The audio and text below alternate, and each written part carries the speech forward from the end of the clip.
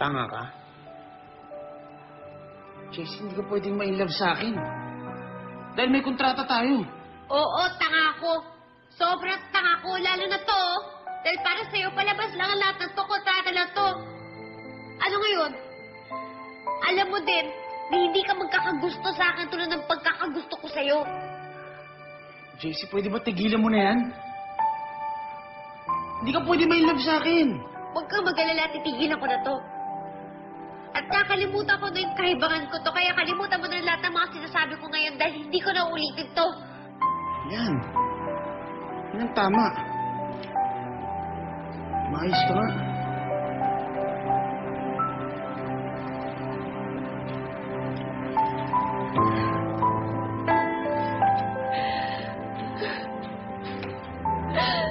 Tanga-tanga mo talaga, Steve. Bakit ka naman may ilaw sa isang taong tingin lang sa rice cooker tsaka burn bread. Walang may gusto sa'yo, lalo na yun. Hindi.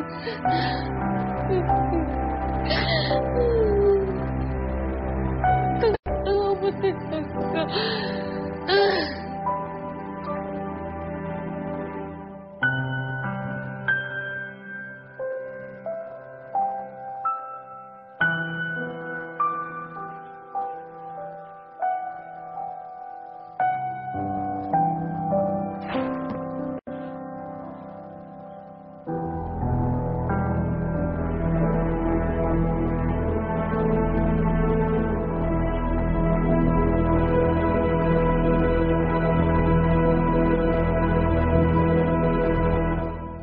Christine, ano ba yung sasabihin mo sa akin? Dinala mo pa ako dito sa mamahalin na restaurant. Ito yung favorite restaurant mo.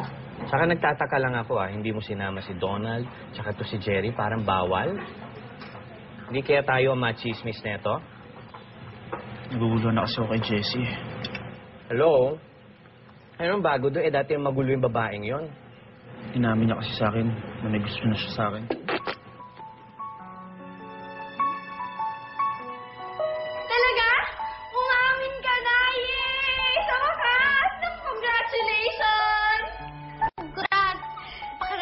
Loser ako eh. Anong loser? Okay lang yun na inamin mo na, no? At least alam na niya ngayon. Teka lang, ano nangyari? Umamigin ba siya sa'yo? Sabi ko sa kanya, pigilan niya yung sarili niya. Dahil kontrata lang naman yung kasal namin.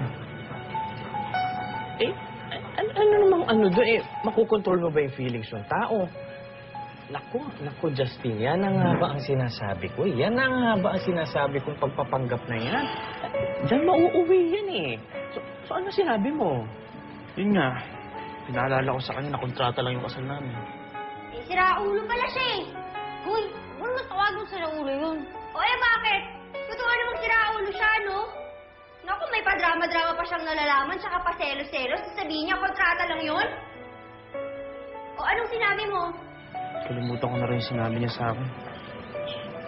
Anong problema doon? Yun na nga, gusto lang niya i-express yung feelings niya sa'yo. Anong problema doon? Sabi pa niya, simula daw ngayon, iiwas na siya sa akin. What? Iiwanan ka ni Jessie? Hello? Kontrata ba yung i-surprise kayo ng birthday mo na may fireworks pa siyang nalalaman? Tapos, ibinili ka pa niya ng laptop? Ay, bad trip siya, no? Paasa siya, pa-fall. Alam mo, totoo yun eh. Siraulo yung mukha na yun. Kamote talaga yun. Totoo yun eh. Kasi, pinataasa niya ako eh. Sinasabi niya, ang daming ginagawa. Tapos ito, nararamdaman ko na, nabibuild up na, pa-fall din ako. Alam mo, mabuti pa tapusin itong kontrata to. Iiwanan ko na siya. Tama yan. Umanan ko na talaga siya. Ano po yun? Teka lang, Jessie. Siyempre pag nag-away kayo ni Justin, kapatid mo si Donald, so baka naman madamay naman si Donald dyan. Saka tapos mawalan pa siya ng trabaho. Eh, paano naman kami? Zed, akong pinag-uusapan dito, hindi ikaw, hindi si Donald. Ang ibig ko lang namang sabihin, huwag kang magpadalos-dalos. Huwag kang magpapadala sa galit mo. Eh, teka lang, best friend. Talaga ba gusto mo nang kalimutan si Justin? Oo naman. Sige. Kapag kinalimutan mo si Justin, ganito ang mangyayari. Paano ka na? Tapos, pati yung bahay mo mawawala sa'yo. Ayoko na mawala yung bahay sa akin. Kita? Yun nga yung sinasabi ko sa'yo. Kaya, huwag mong iwan si Justin. Doon ka na, bandayan mo lang siya. Pag nakikita kayo, huwag na lang kayo mag-usap. Ganun lang, deadmahan lang. Deadmahan? Eh, Diyos ko naman, ang gagawin kong deadmahan lang, ha? Parang imposible naman yun. Paano mawawala ang pagmamahal ko sa kanya kung parati ko siya nakikita? Pwede kaya yun? Eh di mag-text ka na lang o kaya magsulat ka pag may gusto kong sabihin sa kanya. Basta huwag kayo magpapansinan. Pwede yun dahil ganun ginagawa ko kay Donald, no?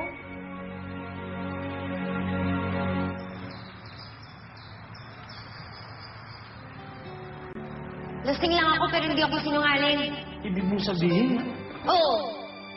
Paano ko sabihin kong totoo? Totoo lahat ng sinabi ko. Na mahal kita.